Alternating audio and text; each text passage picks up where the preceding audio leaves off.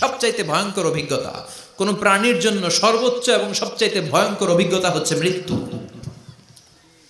এবং এত ভয়ঙ্কর অভিজ্ঞতা, এই অভিজ্ঞতাটা কারো কাছে শেয়ার করে যাওয়া যায় না। মরার সময় কেউ বলে যেতে পারছিল আমার মরতে এমন লাগছে, কইতে পারছে? কেমন লাগছে বলতে পারে? বলা যায় না। তার আগেই চলে যেতে হয় শৈশব, কৈশোর, যৌবন, বার্ধক্য, প্রৌঢ়ত্ব, হ্যাঁ, বয়সের ছাপ, কালো চুল দাড়ি সাদা হয়ে যাওয়া, দাড়ি চুলের শুভ্রতা, দুর্বলতা। This is the circle of life. ছোট্ট ছিলাম, বড় হলাম, সিঙ্গেল ছিলাম, ডাবল হলাম, তারপরে বাবা হলাম, তারপরে শ্বশুর হলাম, তারপরে নানা হলাম, তারপরে চলে যেতে হবে। This is the circle of life. বিশ্বনবী বললেন আমারু উম্মতি মা বাইনা সিত্তিনা ইলা সাবঈন, আমার উম্মতের গড় বয়স হলো 60 থেকে 70। এই উম্মতের গড় বয়স কত? 60 থেকে 70। ওয়া আকাল্লুহুম মাইয়াজুজু জালিক, অল্প কিছু মানুষ আছে যারা 70-এর বেশি হায়াত পায়। এখানে 70-এর বেশি আছেন কারা? হাত তোলেন দেখি তো। কয়জন? একজন, দুইজন, তিনজন। মাশাআল্লাহ, আল্লাহ আরো হায়াত দেখ, আল্লাহ এদেরকে আরো হায়াত দারাজ করুক। চিল্লায় বলেন আমিন। তার মানে আমার উম্মতি মা বাইনা সিত্তিন ইলা সাবঈন, বিশ্বনবী বললেন এই উম্মতের গড় বয়স 60 থেকে 70, আর 70-এর বেশি হায়াত পাবে। ওয়া আকাল্লুহুম মাইয়াজুজু যালিক, 70-এর বেশি পাবে হাতে গোনা, গুনে বের করে ফেলা যায় একজন, দুইজন, তিনজন, বাকি সব 60-এর আগে নাই। ঠুস চিল্লা এখন ঠিক কিনা? বাংলাদেশের গড় হায়াত কত মানুষের? 60। বিশ্বনবীর কথার সাথে মিলে গেছে, চিল্লায় পড়েন সুবহানাল্লাহ। এই জন্য বিশ্বনবী বলেন এই যে মুরব্বীদের দাড়ি পাকে, এই যে রাস্তায় অ্যাক্সিডেন্ট হয়, এই যে ক্যান্সারে আক্রান্ত হয়ে লোকজন মারা যায়, তারপরেও কি টনক নড়ে না? এরপরেও কি বিবেকে ধরে না যে তোমাকে চলে যেতে হবে? আকসিরু যিকরা হাযিমিল লাযযাত, জীবনের সব স্বাদকে পানসা করে দেয় ওই মরণকে স্মরণ করো। মরণকে স্মরণ করলে জাহান্নাম বরণ করা লাগে না। চিল্লায় বলেন ঠিক কিনা? আবার আল্লাহ বললেন গোলাম, স্পেশাল একজন ফেরেশতা আমি মরণের জন্য সিলেক্ট করলাম, নাম মালাকুল মাউত। তাকে আমরা আজরাইল বলে চিনি। এই মালাকুল মাউত তার বাহিনী নিয়ে নির্ধারিত টাইমে গোটা বিশ্বের সব মানুষের রূহ কবজ করে। অন টাইম নাকি দেরি করে? মালাকুল মাউত আগেও আসে না, পরেও আসে না। সুবহানাল্লাহ পড়েন। সাইয়েদনা সুলাইমান আলাইহিস সালামের জামানাতে ওনার এক ওয়াজির ছিল, মন্ত্রী। ওই মন্ত্রীকে নিয়ে উনি বৈঠক করতেন। ওনার সময় উনি মালাকুল মাউতের সাথে বৈঠক করতেন। শুনতেছেন? আপনাদের মনোযোগ আছে তো? উনি বৈঠকে বসেছেন, মালাকুল মাউতও বসা, ওয়াজিরও বসা। হঠাৎ মালাকুল মাউত ওয়াজিরের দিকে বড় বড় চোখ করে তাকাচ্ছে। বড় বড় চোখ করে তাকানোতে ওয়াজির ভয় পেয়েছে। হঠাৎ মালাকুল মাউত চলে গেল। ওয়াজির বলে ও সুলাইমান আলাইহিস সালাম, এই যে লোকটা বড় বড় চোখ করে আমার দিকে তাকালো, এটা কে? সাইয়েদনা সুলাইমান বলে হাদা মালাকুল মাউত। যে বর্ণনাটা বলছি এটা হাদিস না, এটা হচ্ছে ইসরাইলিয়া, জিউস ট্র্যাডিশন। কোরআন হাদিসের সাথে কোনো দ্বন্দ্ব নাই, তাই বর্ণনা করা যাবে। বিষ্ণু বলেছেন বাল্লিগু আন্নি ওয়ালাউ আয়া, আবার বলেছেন ওয়া হাদিসু আন বনি ইসরাইল ওয়ালা হারাজ। বনি ইসরাইলের ট্র্যাডিশন বর্ণনা করো, জিউস ট্র্যাডিশন বর্ণনা করো, এতে কোনো সমস্যা নাই। ওয়াজির বলে ও সাইয়েদনা সুলাইমান, বড় বড় চোখ করে যে তাকালো লোকটাকে? সাইয়েদনা সুলাইমান বলে হাদা মালাকুল মাউত, এটা মৃত্যুর ফেরেশতা। ওয়াজিরের কলিজায় পানি নাই। এটা কি ফেরেশতা? শুনে তো পিলে চমকে গিয়েছে। কয় কি? মালাকুল মাউত তো আমার চিনে ফেলাইছে, বাড়ি চিনে ফেলছে, আমার খবর আছে। সাইয়েদনা সুলাইমান আলাইহিস সালাম জিনদেরকে দিয়ে কাজ করাতেন, মেঘমালাকে দিয়ে কাজ করাতেন, বিশাল সিংহাসন নিয়ে পৃথিবীর প্রাচ্য থেকে পাশ্চাত্যে ঘুরে বেড়াতেন। সাইয়েদনা সুলাইমানকে ওয়াজির বলে ও সুলাইমান, মেঘমালাকে আদেশ করে দেন আমি আর এই ফিলিস্তিনের ভূখণ্ডে থাকতে চাই না। আকাশের মেঘমালার উপরে আমারে বসিয়ে দেন, আর বলে দেন আমারে নিয়ে যেন আকাশের মেঘমালা হিন্দুস্তানের ওই দূর পর্বতে রেখে আসে। আকসা আল হিন্দ, হিন্দের সবচেয়ে দূরবর্তী জায়গায় যেন আমার রেখে আসে। সাইয়েদনা সুলাইমান বললেন আকাশের মেঘ যাও, আমার ওয়াজিরকে নিয়ে হিন্দুস্তানের একটা উপদ্বীপে রেখে আসো। রেখে আসা হলো। কিছুক্ষণ পর মালাকুল মাউত সাইয়েদনা সুলাইমানের কাছে হাজির। সাইয়েদনা সুলাইমান বললেন, ও মালাকুল মাউত কই ছিলা? কই একটু আগে হিন্দুস্তান থেকে আপনার ওজিরের রুহু কবজ করে আসছি। সুবহানাল্লাহ পড়েন। এটা আবার কেমন কথা, তুমি ওইখানে গেলা কেন? কয় রব্বুল আলামিন কিছুক্ষণ আগে আমার কাছে পয়গাম পাঠিয়েছে, যাও সাইয়েদনা সুলাইমানের ওয়াজিরের রুহুটা কবজ করো। কবজ করার জায়গা হলো হিন্দুস্তানের উপদ্বীপ। কোন জায়গায়? মালাকুল মাউত এসে দেখে সুলাইমান নবীর সাথে মিটিং করে। ওয়াজির কার সাথে মিটিং করে? সুলাইমান নবীর সাথে। কিন্তু ফরমানে লেখা রুহু কবজ করতে হবে কোথায়? হিন্দুস্তানে। সুবহানাল্লাহ কইবেন না? এই জন্য বড় বড় চোখ করে আমি তাকিয়েছি আর মনে মনে ভাবলাম টাইম তো নাই, কারণ মৃত্যু তো অন টাইমে হতে হয়, এখনই ওর রুহু কবজ করতে হবে। কেমন করে ওইখানে যাবে আমি জানি না, আমি আগে চলে যাই। মালাকুল মাউত চলে গেল, যে দেখে ওই জায়গায় ওয়াজির ও হাজির। সাথে সাথে রুহু কবজ করে আল্লাহর কাছে চলে গিয়েছে। পড়েন সুবহানাল্লাহ।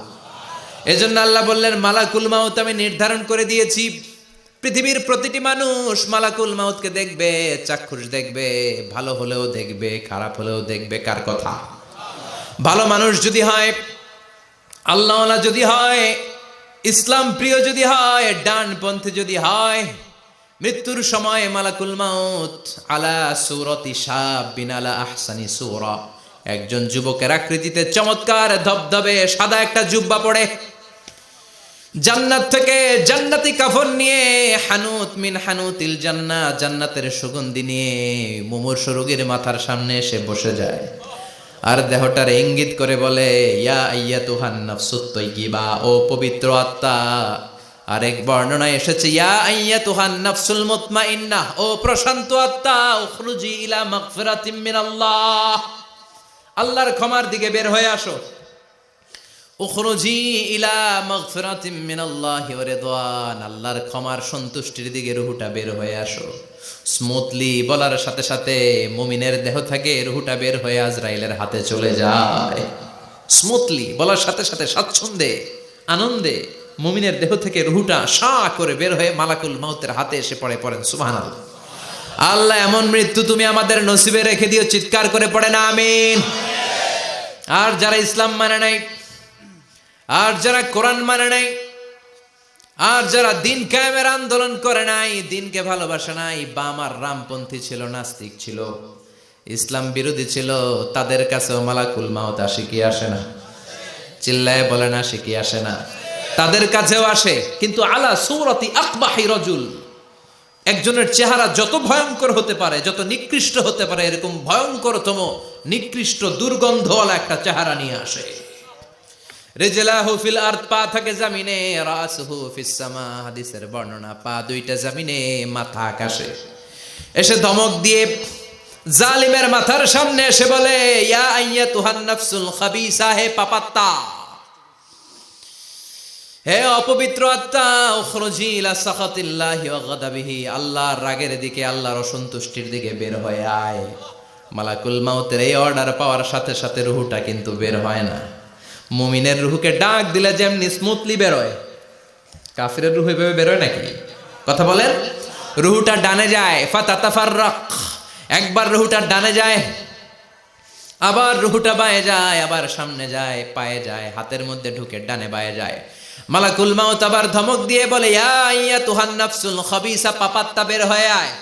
রুহুটা আবার ডানে যায়, বায়ে যায়, সামনে যায়, পেছনে যায়। এবার ঘপাস করে মালাকুল মাউত রুহুকে ধরে টান মারে।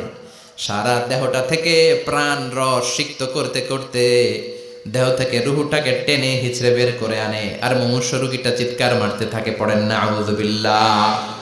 একটা জীবন্ত ছাগলের চামড়াগুলো জবাই না দিয়ে কেউ যদি টেনে টেনে বের করে, ছাগল জবাই হয় নাই কিন্তু চামড়া এক পাশ থেকে টেনে টেনে টেনে হিচড়ে আপনি গা থেকে বের করলে যত কষ্ট হয়, এর চেয়েও বেশি কষ্ট দিয়ে মালাকুল মাউত বামপন্থী আর কাফেরদের রুহুটা দেহ থেকে বের করে আনে। পড়েন না আউযু বিল্লাহ। আমাদের রুহুটা যেন আল্লাহ, মুমিনদের রুহু আপনি যেভাবে কবজ করান, ওইভাবে যেন আমাদের রুহুটা বের হয়ে আসে। আর জোরে পড়েন আমিন। এজন্য আল্লাহ বললেন, বাল তুসিরুনাল হায়াতাদ দুনিয়া ওয়াল আখিরাতু খায়রুন ওয়া আবকা, পাগলের মতো মোহাচ্ছন্ন হয়ে এই দুনিয়াটার পেছনে ছুটে বেড়াও। এই দুনিয়া আসল নয়, আখেরাত হলো আসল। চিল্লায় বলেন ঠিক কিনা? অস্থির, আমরা অস্থির, আমরা ব্যস্ত দুনিয়ার লোভে আর মোহে পড়ে। আমাদেরকে যে মরতে হবে, চলে যে যেতে হবে, এটা ভাবার সময় আমাদের নাই। চিল্লাই কোন ঠিক কিনা? এজন্য বলা হয় মুতু ক্বাবলান তামুতু, মরার আগে একবার মরো। হাসিবু ক্বাবলান তুহাসাবু আলাইক, তোমার হিসাব কিয়ামতের দিন করার আগে তুমি তোমার হিসাব করো। জীবনে কি কি পাপ করেছি আমি জানি, আমার চেয়ে ভালো কেউ জানে না। চিল্লায় বলেন ঠিক কিনা? কি কি অন্যায় করেছি আমার হৃদয়ের মধ্যে কথাগুলো আছে না নাই? পৃথিবীর কেউ না জানলেও আমি জানি কি জানি না। এজন্য হাসিবু ক্বাবলান তুহাসাবু আলাইক, তোমার হিসাব বসার আগে নিজে হিসাব করো কি কি করলা। আসল মরণের দিন শটান হয়ে তো শুয়ে পড়ো ভাই। মরার আগে আরেকবার মরো। মরার আগে আরেকবার কি করবেন? কথা বলেন। মরার আগে কি করতে হবে? হঠাৎ একদিন বিছানায় শটান হয়ে শুয়ে যান, চক্ষুটা বন্ধ করেন, ভাবেন মরে গিয়েছেন। এই তো মালাকুল মাউত চলে এসে রুহটা নিয়ে গেল। আত্মীয় স্বজন চিৎকার চেঁচামেচি শুরু করে দিল, কান্নার রোল পড়ে গেল চারদিকে। মাইকের মধ্য দিয়ে, মসজিদের মাইকে অ্যানাউন্স হয়, অমুক এলাকার নিবাসী অমুক ভাই আমাদের মধ্যে দুনিয়ায় নাই, তার জানাজা হবে এশার নামাজের পর। সবাই এসে রুহের মাগফিরাত করেন। সবাই আপনারে দেখতে আসবে, কেঁদে কেঁদে লোকজন আপনারে কবর দিতে আসবে। চিল্লায় বলেন ঠিক কিনা? কেঁদে কেঁদে সবাই আসবে, দেখার জন্য আসবে। ছেলেগুলো কাঁদবে, স্ত্রী কাঁদবে, বাবা মা কাঁদবে, বন্ধু বান্ধব কাঁদবে। আর ঘরের মধ্যে রাখা হবে না। এবার আপনাকে গোসল দেওয়ার পালা। চক্ষু বন্ধ করে চিন্তার দরকার আছে না নাই? একটু চোখটা বন্ধ করে ভাবেন, আপনাকে গোসল দেয়া হবে, জামাগুলো খোলা হবে। এত টাকা দিয়ে যে দামি গোসলখানা টাইলস লাগিয়ে ঘরে বানালেন, আপনার শেষ গোসলটা কি ওই দামি গোসলখানায় হবে? লাশ যেখানে ধোয়া হয় ওই জায়গায় ধোয়া হবে। আপনাকে কাফন পরানো হবে। আপনার কলিজার টুকরা ছোট বাচ্চাটারে বলা হবে, আব্বু দেখে যাও তোমার বাবারে শেষবারের মতো দেখো। আপনার বাবা মা শেষবারের মতো একটা নজর দিয়ে আপনার চেহারাটা দেখে নিবে। বন্ধু বান্ধবরা শেষবারের মতো একবার আপনারে দেখে নিবে। জানাজার জায়গায় নেওয়া হবে। হবে না এই ঘটনাটা আমাদের? হ্যাঁ, হবে কি না?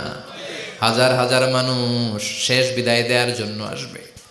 চারটা তাকবীর দিয়ে ইমাম নামাজ শুরু করবে। আল্লাহু আকবার, আল্লাহু আকবার, আল্লাহু আকবার, আল্লাহু আকবার বলে নামাজ শুরু করবে। নামাজ শেষ। এবার পালকিতে করে কবরে যাওয়ার পালা। আহা, যেতেই হবে, যেতেই হবে। পালকিতে করে লোকজন নিতে শুরু করবে। কবরস্থানের ওই জায়গায় যেখানে মানুষ বছরে মানুষ না মরলে যায় না, ওই গহীন নিঝুম কবরস্থানে ঢুকানো হবে। পালঙ্ক থেকে নামিয়ে আপনার জন্য করে রাখা আগ থেকে কবরটার মধ্যে শুইয়ে দেয়া হবে। উপরে বাঁশ দিয়ে ছাউনি। শেষবারের মতো সবাই দেখে বাঁশের ছাউনির উপরে মাটি চাপা দিবে। ঠিক কিনা? চলে যাবে সবাই, কেউ নাই, অন্ধকার, শুধু অন্ধকার। এই অন্ধকার যেন শেষ হতে চায় না। এই ঘটনা ঘটবে না আমাদের? কথা বলেন, ঘটবে কিনা? এজন্য মরার আগে এগুলো চিন্তার দরকার আছে না নাই?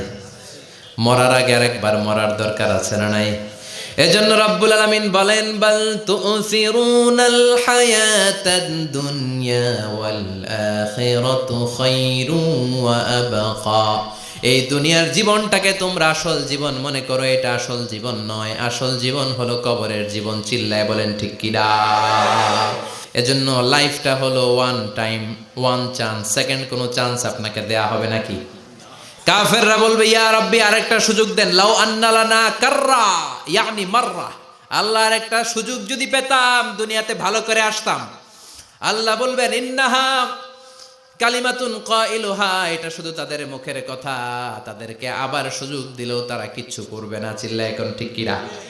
এজন্য একটা চান্স আমরা পেয়েছি, এই দুনিয়ার ওয়ান চান্সে আমরা ভয় পাবো একজনকে। চিল্লায় বলেন তিনি কে? এজন্য যেতে আমাদেরকে হবে। এই মরণ থেকে পালানোর কোনো সুযোগ কেউ পালাতে পারে নাই। এই মরণ হলো আখিরাতের প্রবেশদ্বার। মরণ নামক পালকিতে চড়ে আমরা কবরের ভেতরে ঢুকি। মরণ হলো প্রথম পর্ব, কবর হলো দ্বিতীয় পর্ব। যেরকম ঠিক কিনা? এজন্য বিশ্বনবী বললেন, আল কবর রাউদাতুম মিন রিয়াদিল জান্নাহ আও হুফরাতুম মিন হুফারিন নার। কবর হলো কারো জন্য জান্নাতের বাগান, কারো জন্য জাহান্নামের গর্ত। আমরা বলি, আল্লাহ আমাদের কবরটারে জান্নাতের বাগান বানাও। আরো জোরে পড়েন আমিন। আবার বিশ্বনবী বললেন, ইন্নাল কবরা আউয়াল মানজিল মিন মানাজিলিল আখিরাহ। কবর হলো আখিরাতের মানজিলগুলোর প্রথম মানজিল। আখিরাতে একটার পরে একটা অনেকগুলো স্টেশন আপনাকে পার হতে হবে। প্রথম স্টেশনটার নাম হলো কবর। প্রথম স্টেশনের নাম কি? এই কবর নামক স্টেশনে যদি আপনি মাফ পেয়ে যান, সামনের সব স্টেশনগুলোতে মাফের ব্যবস্থা করবে কে? আল্লাহ। আর কবর নামক স্টেশনে যদি ধরা খেয়ে যান, আপনার মায়ের আছে না নাই? লাশটাকে যখন রাখা হয়, লাশটা চিনে কে আমারে রাখলো, কে আমাকে ধৌত করলো, কে আমারে কাফন পড়ালো। এজন্য বিশ্বনবী বলেছেন, মুমূর্ষের সামনে বসে বসে পড়ো, লা ইলাহা ইল্লাল্লাহু মুহাম্মাদুর রাসূলুল্লাহ। লাকিনু মাউতাকুম লা ইলাহা ইল্লাল্লাহ। মুমূর্ষের সামনে দাঁড়িয়ে দাঁড়িয়ে পড়ো, লা ইলাহা ইল্লাল্লাহ। এই লা ইলাহা হচ্ছে জীবিতদের জন্য কালিমা, আর আমরা মরার পরে এই জিকির করি। ঠিক কি না? আমাদের দেশের অনেক জায়গায় লাশ নিয়ে কবরে যাওয়ার সময় লা ইলাহা পড়ে না। না, এটা আগের জিকির, মরার আগের জিকির। মরার আগে আপনাকে অ্যানাউন্সমেন্ট দিতে হবে, আল্লাহ ছাড়া কোনো ইলাহ নাই, বিশ্বনবী হচ্ছেন শেষ নবী এবং রাসূল। চিল্লায় বলেন ঠিক কি না? লাশটাকে যখন রেখে দেয়া হয়, বিশ্বনবী যত মানুষকে কবরে রেখেছেন তারপরে দাঁড়িয়েছেন আর বলেছেন, ইস্তাগফিরু লিআখিকুম, তোমার ভাইদের জন্য তোমরা দোয়া করো। ফাইন্নাহুল আনা ইউসআল, এখনই তাকে কবরে সওয়াল করা হবে। কবরে প্রশ্ন আসছে না নাই? কথা বলেন। বিশ্বনবী খাদিজাতুল কুবরা, ওনার প্রথম স্ত্রী খাদিজাতুল কুবরা তাহেরাকে কবরের মধ্যে রেখে দিয়ে কাঁদতে শুরু করলেন। চোখের পানি ছেড়ে অনেক দোয়া করলেন। দোয়া শেষে সব সাহাবারা ঘরে ফিরে যায়, বিশ্বনবী যায় না। সাইয়েদনা আবু বকর বললেন, ও নবী চলেন ঘরে যাই। অনেক তো দোয়া করলেন। বিশ্বনবী বললেন, আবু বকর তুমি যাও, আমি যাব না।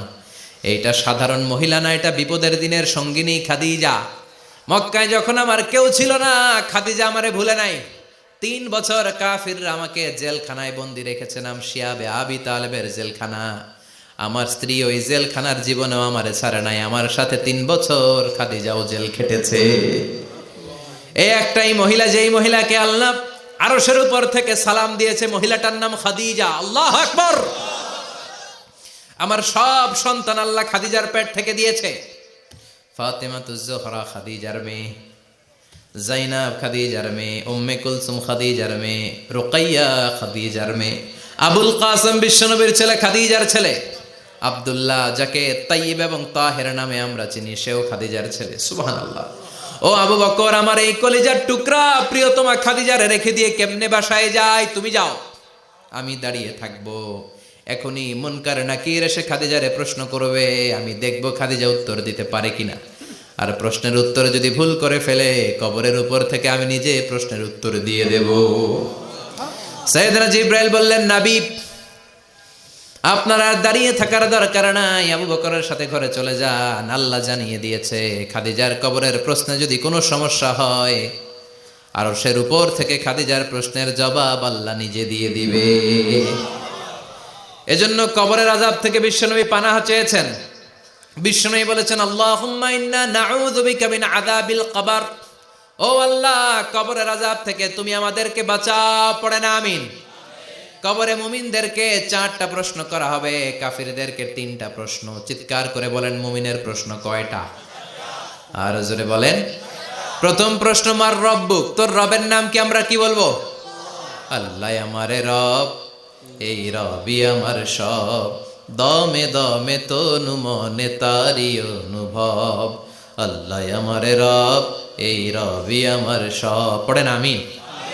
দ্বিতীয় প্রশ্ন, আমার দিন, উত্তর দিনের নাম কি? ধর্মের নাম কি? তৃতীয় প্রশ্ন, আমান হাদার রাজুল, এই লোকটাকে কে?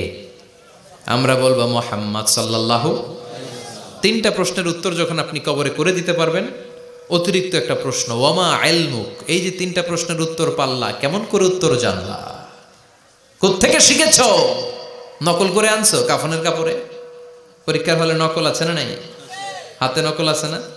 পায়ে নকল, মুজার ভিতরে নকল আছে না নাই? মোবাইলে নকল আছে না নাই? নকল থেকে আল্লাহ তুমি বাঁচাও।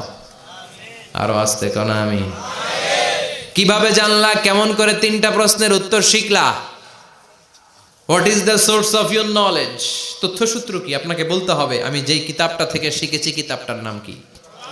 চিল্লায় বলেন কি নাম? এই কিতাবটা হলো কোরআন।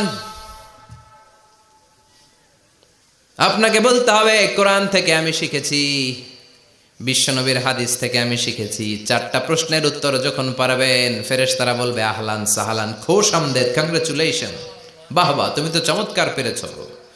ফায়ুফসাহু লাহু কবরুহু 70 যিরাআন, মুমিন বান্দার কবরটা 70 হাত লম্বা করে দেয়া হবে। ইফতাহু লাহু বাবুন ইলাল জান্নাত, জান্নাতের দিকে তার কবর থেকে একটা দরজা বানিয়ে দেয়া হবে। জান্নাতের সুঘ্রাণ ঠান্ডা বাতাস এসে তার কবরের ভিতরে ঢুকতে শুরু করবে।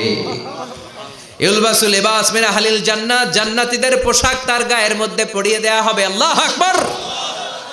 আর বলা হবে নাম কানাউমিল আরুস, বাসর রাতে বর যেমনি কনেকে নিয়ে ঘুমিয়ে যায়, তুমিও একটা ঘুম দাও।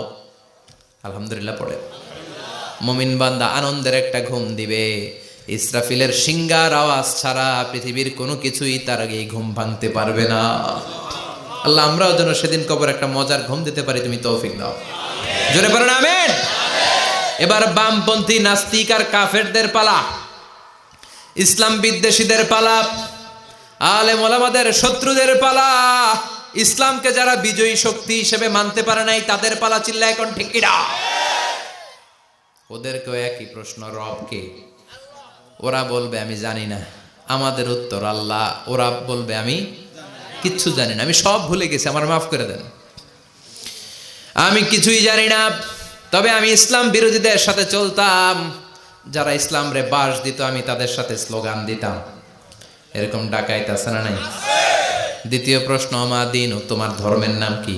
কয় আমার ধর্ম নাই, আমার ধর্ম কর্ম নাই, আমি খালি দুনিয়া কে মজা লেলো, দুনিয়া তোমারই হ্যায়, আমি খালি দুম্মা চলে দুম। আছে না নাই? আমি শুধু মৌজ মাস্তিতে ব্যস্ত ছিলাম, আমার দুনিয়া নাই, দিন নাই, আখেরাত নাই, রবকে আমি জানি না, ধর্মকে জানি না। ইসলাম বিরোধী রাজনীতি আমি করতাম, মাও সেতুংয়ের রাজনীতি, কার্ল মার্কসের রাজনীতি, বুশের রাজনীতি, ডোনাল্ড ট্রাম্পের রাজনীতি, বামপন্থীদের রাজনীতি। চিল্লা এখন ঠিক কিনা? কোনো ধর্ম নাই। এই লোকটাকে চিনো কিনা বলো। বিশ্বনবীর চেহারা দেখিয়ে বলা হবে এই লোকটাকে, কয় জানি না। এরে আমি মানতাম না, এরে আমি গালে দিতাম। এরকম জাহান্নামের নরকীট আর পিতৃ পরিচয়হীন জারদ সন্তান বাংলার দেশেও আছে না নাই? এই মহামানবটাকে গালি দিয়ে পৈশাচিক আনন্দ পায়। পত্রিকায় লিখে, ব্লগের মধ্যে লিখে, ইন্টারনেটে কার্টুন বানিয়ে বানিয়ে পৈশাচিক ফুর্তি করে। এগুলো জাহান্নামের কীট, এগুলো জারদ সন্তান, বাপ মায়ের ঠিক নাই। চিল্লা এখন ঠিক কিনা? আমার নবীরে যারা গালি দেয় এগুলোর বাপ মায়ের ঠিক আছে? এগুলোর কোনো গোড়া আছে? এগুলোর কোনো শেকড় আছে? এগুলো আগাছা। চিৎকার করে বলো ঠিক কিনা? বলবে আমি জানি না। ফেরেশতারা বলবে দাঁড়া, আমরা জানি। তোর সাথে কেমন আচরণ করতে হবে আমাদেরকে ট্রেনিং দিয়েছে কে? এবার শুরু হবে মাইর। কি শুরু হবে? কথা বলেন, মাইর। ফায়ুদরাবু বিমা তারিকা মিন হাদিদ, লোহার হ্যামার দিয়ে শুরু হবে মাইর। এক একটা হ্যামারের বাড়িতে মাথাটা ফেটে চূর্ণ বিচূর্ণ হয়ে যাবে, দেহটা জামিনের ভেতরে 70 গজ ডুবে যাবে, দেবে যাবে। ওর চিৎকারে কবরস্থানটাও থারথার করে কাঁপবে। আবার জামিনকে বলা হবে ইলতাইমি, চাপা দে। জামিনে ঢুকে যাওয়ার পরে জামিনের এ পাশ থেকে একটা চাপা, মাটি চাপা, বাম দিক থেকে মাটি চাপা, 2 চাপায় ডান দিকের পাজর বায়ে চলে যাবে, বাম দিকের পাজর ডানে চলে আসবে। ওর চিৎকারে কবরস্থানটা থার থার করে কাঁপবে। আল্লাহ এই ধরনের পরিস্থিতি থেকে তুমি আমাদেরকে বাঁচাও। আরো চিৎকার করে বলে না আমিন। এজন্য কবরের এই প্রস্তুতি নেওয়ার দরকার আছে না নাই? কোরআনের পক্ষে থাকার দরকার আছে না নাই? ইসলামের পক্ষে থাকার দরকার আছে না নাই? ইসলামী আন্দোলনের সাথে থাকার দরকার আছে না নাই? ইসলামের বিজয় চাওয়ার দরকার আছে না নাই? যে লোক ইসলামের বিজয় চায় না, যে লোক চায় না ইসলাম দিয়ে দেশ শাসিত হোক, যে লোক চায় না কোরআনটা সংসদ ভবনে নেতৃত্ব দেখ, তার অন্তরে ঈমান থাকতে পারে নাকি? এই জন্য মৃত্যু থেকে যতই পালিয়ে বেঁচে থাকতে পারবা নাকি? পারা যাবে? চিল্লায় বলেন। কোন নবীরা পারছে? আদম আলাইহিস সালাম মৃত্যু থেকে বেঁচে গেছে না? মরছে? কথা বলেন না। উনি পৃথিবীর একমাত্র মানুষ যিনি জানতেন যে উনি কতদিন বাঁচবেন। সুবহানাল্লাহ পড়েন। উনি জানতেন উনি কতদিন বাঁচবেন।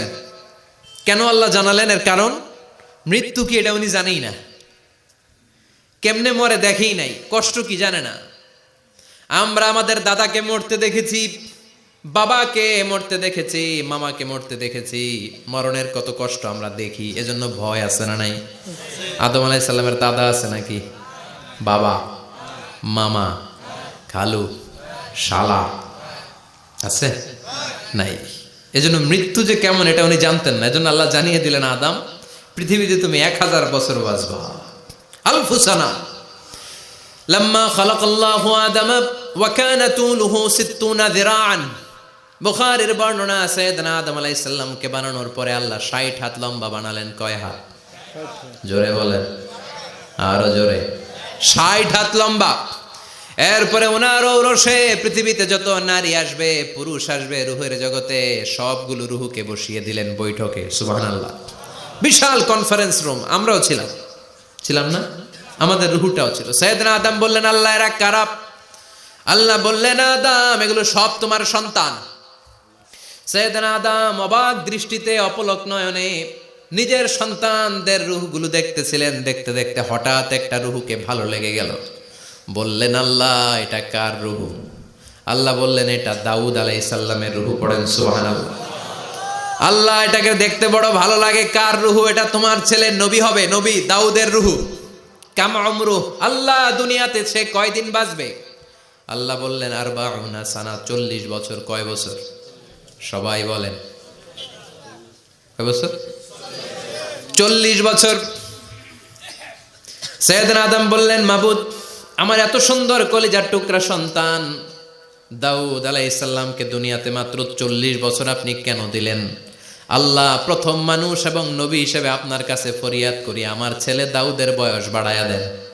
আল্লাহ কয়, না, হাদা কদ কুতিবা, এটা লেখা হয়ে গেছে। রুফিআতিল আকলাম ওয়া জাফফাতিস সুহুফ, লিখে ফেলছি, কলম শুকায় গেছে, কালি শুকায় গেছে, এটা চেঞ্জ করা যাবে? সাইয়েদনা আদম বললেন, আল্লাহ আমি বাঁচবো কয় বছর? কয় তুমি থাকবা কয় বছর? আলফু সানা, 1000 বছর। মনে আছে? আল্লাহ আমার 1000 বছরের দরকার নাই, আমি আমার 1000 বছর থেকে 60 বছর আমার ছেলে দাউদরে আমি দিয়ে দিলাম। আদম আলাইহিস সালামের 1000 বছর থেকে 60 বছর যদি দান করে দেয়, ওনার আর কত রইল? 940। আর 60 বছর যদি দাউদ নবীর 40 বছরের সাথে যোগ দেয়া হয়, উনি পেলেন কয় বছর? 100। সাইয়েদনা আদম পৃথিবীতে আসলেন, এসে থাকতে শুরু করলেন। দিন গড়িয়ে রাত আসে, মাস গড়িয়ে বছর আসে, বছর যায় বছর আসে। ঠিক 940 বছর পর মালাকুল মাউত আদম আলাইহিস সালামের কাছে আসলেন। বললেন, আনা মালাকুল মাউত উকিলা বিকুম, আপনাদের জন্য আল্লাহ আমাকে বানিয়েছে রূহ কবজ করতে। ও আদম, আবুল বাশার, পৃথিবীর প্রথম মানব, প্রথম নবী, আপনার সময় শেষ, রেডি হন। কি হন? খেলা শুরু হবে, এখনই রূহ কবজ করে নিয়ে যাব। সাইয়েদনা আদম বলে, এখন আসছো কেন? আমার আরো 60 বছর বাকি আছে। মালাকুল মাউত বলে, না, আপনি রূহের জগতে আল্লাহর কাছে আপনার সন্তান দাউদকে কয় বছর দিয়েছিলেন? 60 বছর। এজন্য 940 বছর আপনার জন্য লেখা। আমি এখন আপনার রূহ কবজ করতে চাই। সাইয়েদনা আদম বলে, আমি মানি না, আমি কাউরে দেই নাই 60 বছর, আমি দেই নাই, আমি আরো বাঁচব, আমি আরো বাঁচবো, 60 বছর আমি বাঁচবো, আমি দেইটাই নাই। মিয়া যাও। মালাকুল মাউত আল্লাহর যে বলে, আল্লাহ দেয় নাই বলে, আসলে ভুলে গেছে। আসলে আফাতুল ইলমি আন নিসিয়ান, মানুষ ভুলে যায়, মানুষ বড্ড ভুলে যায়। আমরা অনেক সময় খাইয়াও কই খাই নাই। অনেক কিছু আপনি দিছিলেন কিন্তু ভুলে যাই, গলার নিচ দিয়ে নামার পরে কই তুমি কিচ্ছু দাও নাই। আছে না নাই? নাসিয়া আদম ফানাসিয়া বানু, আদম আলাইহিস সালাম ভুলে গেছেন, তাই আমরাও ভুল করি, ঠিক কিনা? এজন্য আমাদের নেতারাও বলে এটা দেব ওটা দেব, নির্বাচনের পর সব ভুলে যায়। আছে না নাই? ওই যে আদম আলাইহিস সালাম ভুলছে, আমরাও ভুলে যাই। ওনাদের দোষ কি? ভুলে যায়, বেমালুম ভুলে যায়। আল্লাহ বললেন মালাকুল মাউত আর জোরাজুরি করো না। 940 নয়, ঠিক 1000 বছর পরে আদমের কাছে যাবা। আমি আমার আদমের ভাগ্যে এই জিনিসটাই রেখে দিয়েছিলাম রে মালাকুল মাউত। আমি আগ থেকে এটাই রেখেছি, আমি জানতাম সে ভুলে যাবে। চিল্লা এখন সুবহানাল্লাহ। তার মানে পৃথিবীর সবচাইতে লম্বা মানুষ, 60 হাত লম্বা, এত শক্তিশালী আদম আলাইহিস সালাম শ্রীলঙ্কাতে প্রথম নেমেছিলেন। 1 লাফ দিলে আধা মাইল চলে যাইতেন। সুবহানাল্লাহ। কি লম্বা মানুষ! থাকতে পারছে? কথা নাই। ঘুমে ধরছে? শেষ করে দেই। হ্যাঁ, আরো কয়েক মিনিট চলবে? চলবে চলবে। তাকবীর দেন, লিল্লাহি তাকবীর। আদম আলাইহিস সালাম চলে গেলেন। ওনার পরের নবী ইদ্রিস আলাইহিস সালাম, উনি মরে নাই। ইদ্রিস আলাইহিস সালাম মরছে, কে বলছে? উনিও মরেছেন। তবে ওনার মৃত্যুর আজীব এক ঘটনা আছে, অনেক লম্বা কথা। এক ফেরেশতার সাথে ওনার বন্ধুত্ব হয়েছিল। বলেছিলেন আমি আকাশ দেখতে চাই, আল্লাহর কাছে অনুমতি চাই। আল্লাহ বলল ঠিক আছে, ইদ্রিসকে আকাশে ঘুরাও। প্রথম আকাশে ঘুরলেন, দ্বিতীয় আকাশে ঘুরলেন, তৃতীয় আকাশে ঘুরলেন, চতুর্থ আকাশে ঘুরলেন। ইন দ্য মিন টাইম চতুর্থ আসমানে মালাকুল মাউত পৃথিবীর দিকে নেমে আসছিল। ওই ফেরেশতা বলে মালাকুল মাউত আপনি কই যান? মালাকুল মাউত বলে একটু আগে আল্লাহ ফরমান জারি করেছে, চতুর্থ আসমানে আমার নবী ইদ্রিসের রূহ কবজ করো। সুবহানাল্লাহ। আমি বললাম আল্লাহ আপনার পাঠানো নবী সাইয়েদনা ইদ্রিস থাকে দুনিয়ায়, চতুর্থ আসমানে পামু কই? আল্লাহ কয় কথা নাই, দৌড় দে। আমি দৌড় দিলাম, এসে দেখি ইদ্রিস আলাইহিস সালাম এখানে রেডি। সুবহানাল্লাহ। ওয়া রাফা'নাহু মাকানান আলিয়্যা। ইদ্রিস আলাইহিস সালামের রূহ কবজ দুনিয়ায় হয় নাই, চতুর্থ আকাশের মধ্যে হয়েছে। একটু চিৎকার করে পড়বেন সুবহানাল্লাহ। এরপরে সুলাইমান আলাইহিস সালাম, উনি তো মরে নাই, মরছে? উনি জিন চালাইতো, উনিও মরবে? শক্তিশালী একজন নবী ছিল। উনি মালাকুল মাউতকে বলেছিলেন মালাকুল মাউত আমার মৃত্যুর সুয়াইয়া, সামান্য কিছু আগে আমারে বইলো, আমার একটা কাজ আছে। মালাকুল মাউত মৃত্যুর কিছু সময় আগে এসে বলল সুলাইমান টাইম ইজ আপ, সময় শেষ, অল্প কিছু সময় বাকি, কি করবেন করেন। সাইয়েদনা সুলাইমান জিনদেরকে ডাকলো, ও জিনেরা, বিশাল একটা প্রজেক্ট আছে, প্রজেক্টে কাজ শুরু করো। আর কিছু জিনকে বলল চারদিকে গ্লাস ফিটিং করা একটা রুম বানাও। সাইয়েদনা সুলাইমান আলাইহিস সালাম গ্লাস ফিটিং করা রুমের ভেতরে ঢুকলেন। এই রুমে ঢুকার দরজা নাই, হাতে একটা লাঠি নিলেন। কি নিলেন? লাঠির মধ্যে ভর করে দাঁড়িয়ে রইলেন আর জিনদের দিকে তাকিয়ে রইলেন। জিনেরা এত বদমাশ ছিল, সাইয়েদনা সুলাইমান দাঁড়িয়ে না থাকলে কাজ করতো না। ছিল ফাঁকিবাজ। কি ছিল? দাঁড়ায় না থাকলে আজও লোকজন কাজ করতে চায় না, ঠিক কিনা? মালিক দাঁড়ায় থাকলে ঠিকই কাজ হয়ে যায়। সুলাইমান আলাইহিস সালাম লাঠির মধ্যে ভর দিয়ে দাঁড়িয়ে রইলেন আর বললেন কাজ করো। জিনেরাও কাজ শুরু করলো। ওদিকে মালাকুল মাউত এসে বলে, ও সুলাইমান সময় তো শেষ। সুলাইমান বলে সমস্যা নাই, রূহ কবজ করেন। উনি লাঠির মধ্যে ভর দিয়ে দাঁড়িয়ে রইলেন। গ্লাস ফিটিং করা রুমের ভিতরে কোরআন সাক্ষী। মালাকুল মাউত ওইভাবে লাঠিতে ভর দেওয়া অবস্থায়, দাঁড়ানো অবস্থায় সাইয়েদনা সুলাইমান আলাইহিস সালামের রূহ কবজ করে নিলেন। উনি এমন ভাবে দাঁড়িয়েছেন, রূহ চলে গেল, লাশ হয়ে দাঁড়িয়ে রইলেন। লাঠির মধ্যে দাঁড়িয়ে আছেন, জমিনের মধ্যে লুটিয়ে পড়ে নাই। সুবহানাল্লাহ। জিনগুলো দূর থেকে ভাবলো বস তো দাঁড়ায় আছে। কে দাঁড়ায় আছে? জিনেরা মনে করছে বস দাঁড়ায় আছে, কাজ করতে হবে। করতে করতে পুরা প্রজেক্টের কাজ শেষ। ইন দ্য মিন টাইম ঝিঝি পোকা, উই পোকা, যেই পোকা কাঠ খেয়ে ফেলে, এই কাঠ খাওয়ার পোকা সুলাইমান আলাইহিস সালাম লাঠির ভেতরে ঢুকে লাঠিও খেয়ে ফেলেছে। সাইয়েদনা সুলাইমান আলাইহিস সালাম ধপাস করে জমিনে পড়েছে। আর জিনেরা কয় হায় হায়, খালি খালি কাম করছে এতদিন। সুবহানাল্লাহ কইবেন না? সুলাইমান আলাইহিস সালাম বাঁচতে পারে নাই, চলে গেলেন। মুসা আলাইহিস সালাম মরছে? উনি মরবে কেন? উনি তো খালি মারে। মরছে? এক থাপ্পড়ে ফেরাউনের বাবুর্চি নাই। মুখের আগে হাত চলতে কয়েকজন, এর মধ্যে মুসা আলাইহিস সালাম আছে না নাই? মালাকুল মাউত মানুষের আকৃতিতে অনুমতি না নিয়ে ঘরের ভেতরে ঢুকে গেল। ঢুকে বলে আনা মালাকুল মাউত, আমি মৃত্যুর ফেরেশতা। তো কি চাও? জিতু আন আকবাদা রূহাক, আপনার রূহ কবজ করতে আসছি। কিন্তু মুসা আলাইহিস সালাম দেখতেছেন দিব্যি একজন মানুষ, কি দেখে? আবার সালাম দেয় নাই, অনুমতি নিয়েও ঢুকে নাই। অমিয়া অনুমতি নিয়ে ঘরে ঢোকার দরকার আছে না নাই? মুসা আলাইহিস সালামের মেজাজ বড় গরম। উনি বললেন কি করবি? কয় আপনারে মারমু। কয় এদিকে আয়। মালাকুল মাউত মনে মনে ভাবে এতদিন সব মানুষগুলো আমারে দেখলে দিত দৌড়, আজকে মনে হয় আমারে দিতে হবে দৌড়। এক পা আগায় দুই পা পেছায় সাহস করে সামনে গেলেন। আবার মুসা আলাইহিস সালাম দিলেন এরকম থাপ্পড়, ফাসাক্কাহু ফাফাকু আইনা। বুখারীর বর্ণনা, এক থাপ্পড়ে চোখ নাই। ঠিকই মালাকুল মাউত দৌড়, এক দৌড়ে আল্লাহর কাছে। আল্লাহ বললেন রাখো, এটা মুসা আলাইহিস সালাম, তার মেজাজ বড্ড গরম, আমাকে কথা বলতে হবে। আল্লাহ বললেন মুসা, বুখারীর বর্ণনা, গরুর পিঠের উপর হাত রেখে দাও। রাখা হলো। তোমার হাতের নিচে গরুর যত পশম, প্রত্যেক পশমের বিনিময়ে এক এক বছর করে হায়াত বাড়িয়ে দিলাম। মুসা আলাইহিস সালাম অনেক চালাক নবী, উনি বললেন আল্লাহ আমার হাতের নিচে যদি গরুর 2000 পশম থাকে, তার মানে 2000 বছর হায়াত বাড়িয়ে দিলেন, কিন্তু এক্সট্রা হায়াত যখন শেষ হয়ে যাবে এরপরে কি হবে? আগে ওইটা বলেন। আল্লাহ বললেন সুমাল মাউত, তারপরে তো মুসা মরতেই হবে, আসতেই হবে। সাইয়েদনা মুসা আলাইহিস সালাম বললেন ফাল আনা, তাহলে আর দেরির দরকার নাই, এখনই আমি আপনার কাছে চলে যেতে চাই। মালাকুল মাউত মুসা আলাইহিস সালামের রূহ নিয়ে উড়াল দিলেন। সুবহানাল্লাহ। বাঁচতে পারছে? বিশ্বনবী মরে নাই, উনি ইন্তেকাল করেছেন। চিল্লায় এখন ঠিক কিনা? ইন্তেকালের আগে বিশ্বনবী প্রচন্ড অসুস্থ হলেন।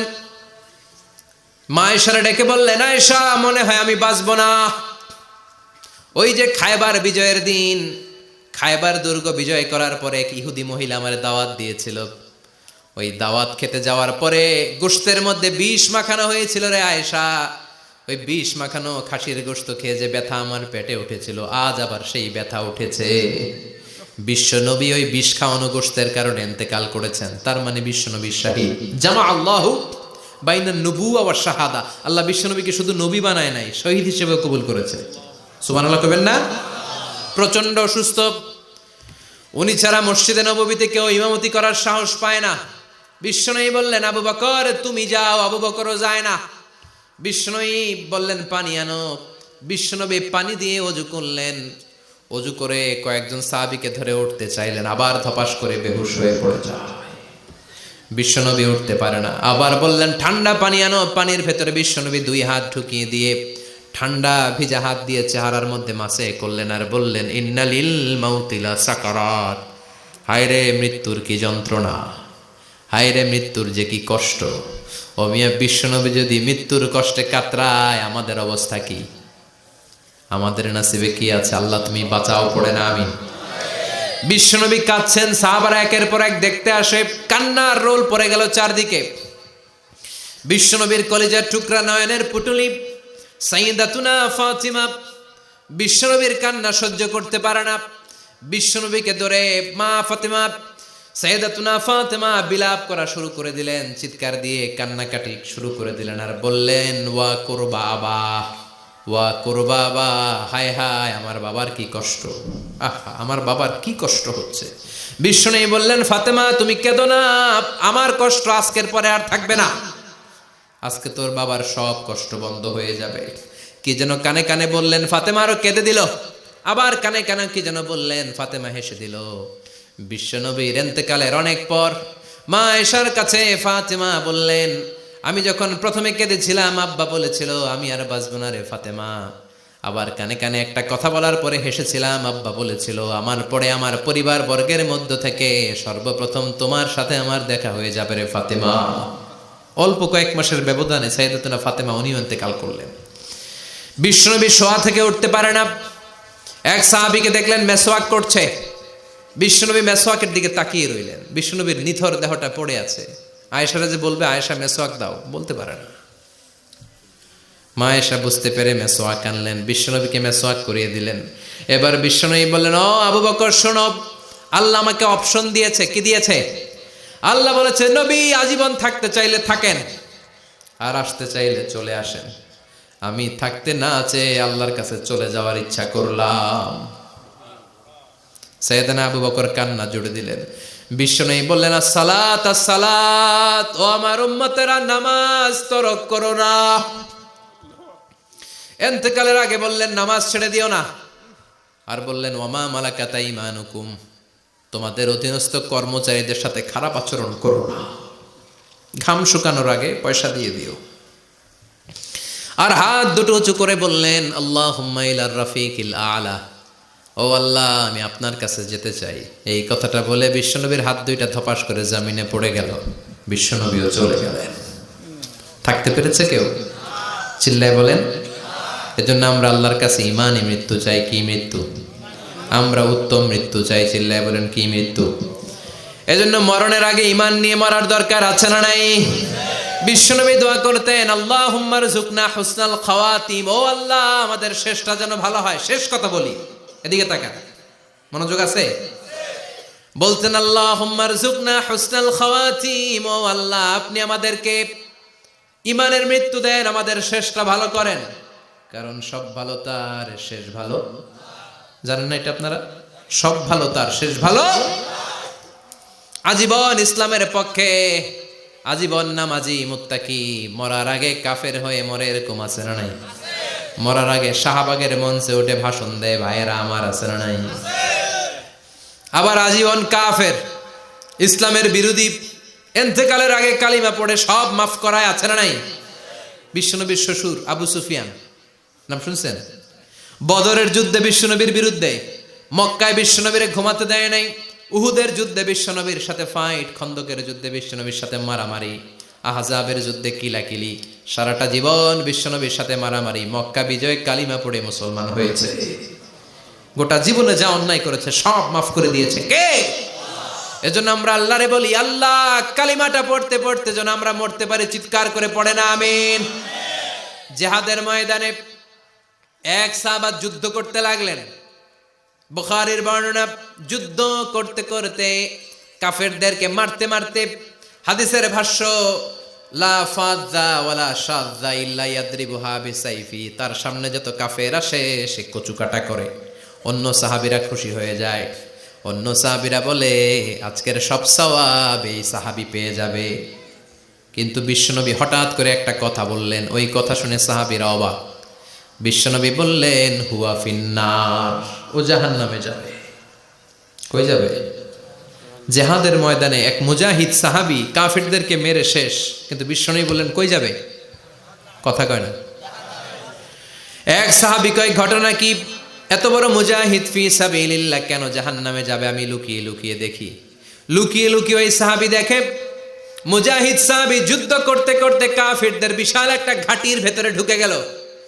মারতে মারতে মারতে মারতে হঠাৎ এক কাফেরের আঘাতে এই মুজাহিদ সাহাবীর ডান হাতটা কাটা পড়ে গেল।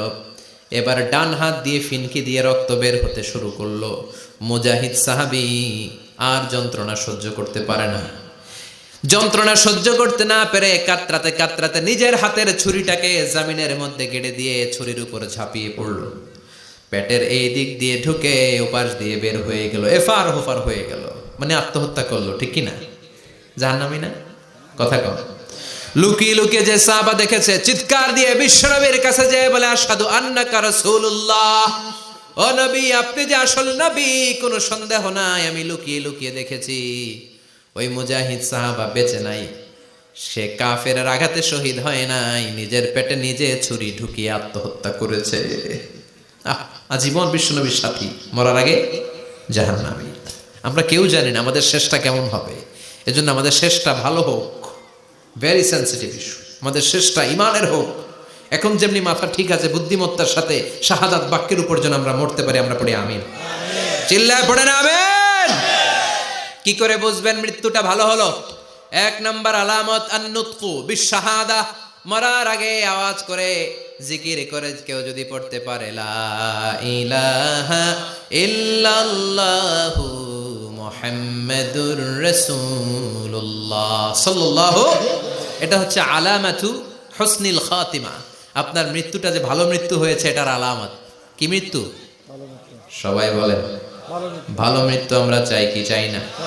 ভালো মৃত্যুর এক নাম্বার আলামত কালিমা পড়ে যদি মরতে পারে। বিশ্বনবী বলেন মান কানা আখিরু কালামিহি লা ইলাহা ইল্লাল্লাহ, যে ব্যক্তির সর্বশেষ কথাটা হবে, বাক্যটা হবে লা ইলাহা ইল্লাল্লাহ, দাখালাল জান্নাহ, সে জান্নাতি হয়ে যাবে। সুবহানাল্লাহ পড়েন। এরপরে বিশ্বনবী বললেন আল মুমিনু ইয়ামুতু বিজাবি ইরকিল জাবিন, মুমিন যখন মারা যায় তার কপাল ঘেমে যায়। সুবহানাল্লাহ পড়েন। হাত ঘামে না, পা ঘামে না, মুমিনের কপাল ঘামে। সুবহানাল্লাহ। এজন্য কেউ মারা গেলে কপালের মধ্যে হাত দিবেন, দেখবেন ওই ঘামের মধ্যে একটা জান্নাতি ঘ্রাণ আছে। সুবহানাল্লাহ। আল্লাহ, আমরা যখন মরে যাব আমাদের কপালটা যেন এরকম ঘেমে যায়। আমিন পড়েন আর জোরে আমিন।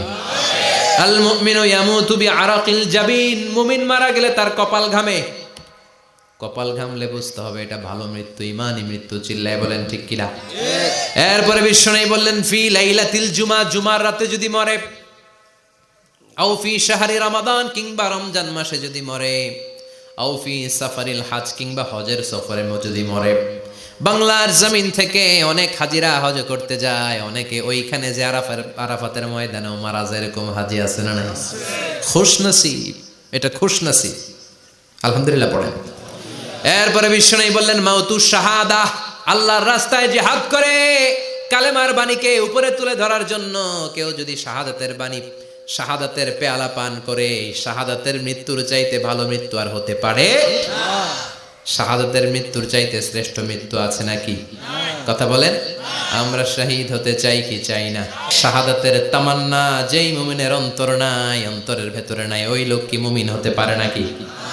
মান সাআলাল্লাহ শাহাদা, বিশ্বনবী ফরমান, যে ব্যক্তি আল্লাহর কাছে শাহাদাতের মৃত্যু চায়, বাল্লাগাহুল্লাহু মানাজিলাশ শুহাদা ওয়া ইন মাতা আলা ফিরাশিহি, কেউ যদি আল্লাহর কাছে শাহাদাত অন্তর থেকে কামনা করে, রব্বুল আলামিন ওই ব্যক্তিকে শাহাদাতের মর্যাদায় নিয়ে যাবেন, যদিও সে বিছানায় পড়ে পড়ে মারা যায়। বিছানায় পড়ে মারা গেছেন, কিন্তু অন্তরে কামনা ছিল আল্লাহ আমার তুমি শহীদ হিসেবে কবুল করো। শহীদদের কাতারে আপনারা দাঁড় করায় দিবে কে? ওমরে ফারুক বলতেন আল্লাহুম্মা রযুকনা শাহাদাতান ফি সাবিলিক, ও আল্লাহ আপনি আমারে আপনার রাস্তায় শহীদ হিসেবে কবুল করেন। ওয়ারযুক মাউতি ফি হারামি রাসূলিক, পৃথিবীর কোন শহরে মরতে চাই না, বিশ্বনবীর শহর মদিনা শহরে আমার মৃত্যু কবুল করেন। ওমরে ফারুক কই মরছে? কথা কও। ফজরের জামাতে ইমামতি করতে গিয়েছেন, মাওলাল মুগীরা আবু লুলু আল মাজুসি, মাওলাল মুগীরার আঘাতে অ্যাসাসিনেটেড বাই মুগীরা, স্টেবিং করেছে। এখানে তিনটা আঘাত করেছে, একটা এখানে, একটা পাজরে, একটা নাভির মধ্যে, নাভি কেটে দুই ভাগ। ওনাকে খাবার দেয়া হলো নাবিজ, দুধ মাখানো নাবিজ। ওই নাবিজের দুধ নাভি দিয়ে বের হয়ে যায়। উনি বললেন কে মেরেছে আমাকে? বলল অগ্নি উপাসক। শুকরিয়া করে বললেন আল্লাহ আমারে কোনো মুসলিম মারে নাই, কোনো মুমিন মারে নাই। উনি বেহুশ ছিলেন, হুশ ফিরে সবাই রে বললেন আসল্লান নাস, ফজরের যেই নামাজটা আমার ইমামতিতে শুরু হয়েছে, এক রাকাতের পর আমাকে মারা হলো। এবার আমাকে বলো আমার নেতৃত্বে যে নামাজটা শুরু হয়েছে, নামাজটা ঠিক মতো হয়েছে কিনা? সুবহানাল্লাহ। আমারে কে মারলো? কে তোমাদের খলিফা হবে? কি হবে আমার আব্দুর রহমানের আব্দুল্লাহর? এগুলো নাই। প্রথম কথা ছিল মানুষরা নামাজটা পড়েছে কিনা। সুবহানাল্লাহ। এজন্য শাহাদাতের তামান্না সবচেয়ে বড় তামান্না। চিল্লায় বলেন ঠিক কিনা? এরপর বিশ্বনবী বললেন মুরাবিতান ফি সাবিলিল্লাহ, মুসলিম রাষ্ট্রের পাহারা দেয় যারা, বর্ডার গার্ড। আমাদের দেশের বর্ডার গার্ডের কি বলে? আগে বিডিআর ছিল, এখন বিজিবি। আমার বিজিবির ভাইয়েরা না খেয়ে না পড়ে শীতের রাতে দেশ পাহারা দেয়। বিএসএফ এর গুলিতে যদি মারা যায় এটা শহীদ। সুবহানাল্লাহ। এর চেয়ে শ্রেষ্ঠ মৃত্যু আর হতে পারে না। এরপরে আল মাউতু আলা আমালিন সালেহ, কোন ভালো কাজের উপর মরণ। নামাজে সেজদা দিয়েছে, সেজদা অবস্থায় অনেকে চলে যায়, এরকম আছে না নাই? তাহাজ্জুদের যায় নামাজে মরণ দিও প্রভু আমায়, একামতে দিনের কাজে কবুল করে নিও আমায়। পড়েন আমিন। তাহাজ্জুদের জায়নামাজে যেন আমাদের মরণ হয়, পড়েন আমিন। রোজা অবস্থায় মারা যাওয়া, নেক আমল অবস্থায় মারা যাওয়া, এগুলো হচ্ছে আলামাত হুসনিল খাতিমা। আপনার শেষটা, বিদায়টা, মৃত্যুটা যে ভালো হয়েছে তার আলামত। আল্লাহ এই যে কথাগুলো বললাম, শ্রেষ্ঠ শ্রেষ্ঠ মৃত্যু, আমাদের মৃত্যুগুলো ওই রকম করে দিও। চিৎকার করে পড়েন আমিন, আওয়াজ করে পড়েন আমিন। এবার আলামাত সুইল খাতিমা, কিছু মৃত্যুর আলামত আছে, এটাই প্রমাণ করে এটা ভালো মৃত্যু নয়, এরকম আলামত আছে না নাই? এক নম্বরে হলো আল ইন্তেহার, আত্মহত্যার মৃত্যু। সমাজে আছে না নাই? উখিয়াতে তো নাই না? এদিকেও মরে, কি জন্য, কেন মরে? হ্যাঁ, বয়ফ্রেন্ড গালি দিছে এই জন্য? হ্যাঁ, মান কাতালা নাফসাহু বিশাইইন উযযিবা বিহি ইয়াউমাল কিয়ামা, যে জিনিস দিয়ে যে যাকে মেরেছে, আত্মহত্যা করেছে, সুইসাইড করেছে, কিয়ামতের দিন ওই জিনিস দিয়ে সে তাকে মারবে, এটাই হবে তার শাস্তি। ওড়না পেঁচিয়ে যারা আত্মহত্যা করলো ওর শাস্তি ওড়না পেঁচানো। বিষ খেয়ে যারা মারা গেল তার শাস্তি জাহান্নামের বিষ খাবে আর চিৎকার করবে। ছুরি ঢুকিয়ে যারা মারা গেল জাহান্নামের আগুনে ঝলসানো ছুরি শুধু ঢুকাবে। আল্লাহ আত্মহত্যা থেকে বাংলাদেশে বাঁচাও, আমাদের ছেলে মেয়েগুলারে বাঁচাও। চিৎকার দিয়ে বলেন আমিন। আত-তাআক্কুদ ফিল লিসান ফিলা ইলাহা ইল্লাল্লাহ, আজীবন কালেমা পড়ে নাই, আজীবন কালেমারে বাস দিয়েছে, এখন মরার সময় সবাই কয় কলমা পড়েন, কলমা পড়ে, এখন পড়তে চায় মাগার মুখ দিয়া বাইর হয় না। আছে না নাই? এরকম ডাকায় দুখিয়াতে নাই, কলমা পড়তে পারে না, আটকায় যায়, মরে গেছে। এই মৃত্যুটা কি ভালো কথা বলে? ফি হালাতি শুরব, অনেকে মদ খাইতে খাইতে মরে, আছে না নাই? জুলুম করতে করতে মরে, আছে না নাই? অন্যের জায়গা দখল করে মরে, এরকম আছে না নাই? ফি হালাতি ইরতিকাবিল কাবায়ের, যে কোনো কবিরা গুনাহ করা অবস্থায় যদি মারা যায় এটা খারাপ মৃত্যু, অপমৃত্যু, এটা জান্নাতি মৃত্যু নয়। চিৎকার করে বলেন ঠিক কি না? এরপর ফি সাখাতিল ওয়ালিদাইন, বিশ্বনবী বললেন কোন ছেলে যদি মারা যায় এমন অবস্থায় মা বাবা তার উপর রাগান্বিত, এটা ভালো মৃত্যু? কথা বলেন। পৃথিবীর চেয়ে, গোটা পৃথিবীর বুকে মায়ের চেয়ে আপন কেউ আছে নাকি? এই মায়ের মনে কষ্ট দিয়ে ওই অবস্থায় যদি মারা যায় এই মৃত্যুটা অনেক খারাপ। চিল্লায় বলেন ঠিক কিনা? এজন্য মায়ের সাথে খারাপ আচরণ করবেন নাকি? কথা বলেন। যার মা নাই সে জানে মা না থাকার কি জ্বালা, ঠিক কিনা? যখন রাত্রি নিঝুম এই চোখে ঘুম, একলা শুধু ঘরে, তোমায় মনে পড়ে মাগো, তোমায় মনে পড়ে। যখন রাত্রি নিঝুম এই চোখে ঘুম, একলা শুধু ঘরে, তোমায় মনে পড়ে মাগো, তোমায় মনে পড়ে। এজন্য মায়ের দোয়া সবচেয়ে বড় দোয়া। মা রেগে আছে, মা বদদোয়া দিয়েছে, বাবা বদদোয়া দিয়েছে, বাবা আপনার উপর অসন্তুষ্ট, ওই অবস্থায় ছেলে মরলে এটা কি ভালো মৃত্যু? এরপরে স্বামী যদি নাখোশ থাকে স্ত্রীর উপর, স্বামী যদি স্ত্রীর উপর রেগে থাকে, অসন্তুষ্ট থাকে, ওই অবস্থায় স্ত্রী যদি মারা যায় এটাও খারাপ মৃত্যু। চিল্লায় বলেন এটাও খারাপ মৃত্যু। এরপরে লাউ ফারিহাল মুসলিমুনা বিমাউতি, কোন লোক মারা গেলে যদি এলাকার মুসলমানরা খুশি হয় এটা কি ভালো মৃত্যু নাকি? কোন লোক মারা গেলে এলাকার মুসলমানরা যদি আল্লাহর শুকরিয়া করে এটা কি ভালো মৃত্যু নাকি? আমরা কি ভালো মৃত্যু চাই নাকি খারাপ? আমরা শাহাদাতি মৃত্যু চাই, ইমানের মৃত্যু চাই। পড়ে না আমিন।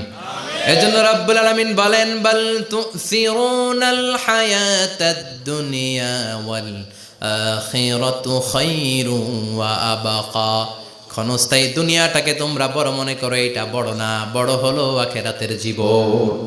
এজন্য আখিরাতের জীবনের জন্য প্রস্তুতি দরকার, আছে না নাই? মরণ হচ্ছে সবচেয়ে বড় প্রস্তুতি, মরণের চিন্তা। মান কানা ওয়াইদান ফাল মাউতু ইয়াকফি, যে নিজেকে সোজা করতে চায় মৃত্যুর চিন্তাই তার জন্য যথেষ্ট। আজকের এই আলোচনার পরেও কি আমাদের টনক নড়বে না? আজকের এই কথাগুলোর পরেও কি মৃত্যু নিয়ে আমরা ভাববো না? আজকের আলোচনার পরেও কি আমার হিসাব শুরু হওয়ার আগে আমি একটু নিজের হিসাব কষে নিব না? আল্লাহ আমাদের সবাইকে কথাগুলো বুঝার ও আমল করার তৌফিক দান করুক। আমরা পড়ি আমিন।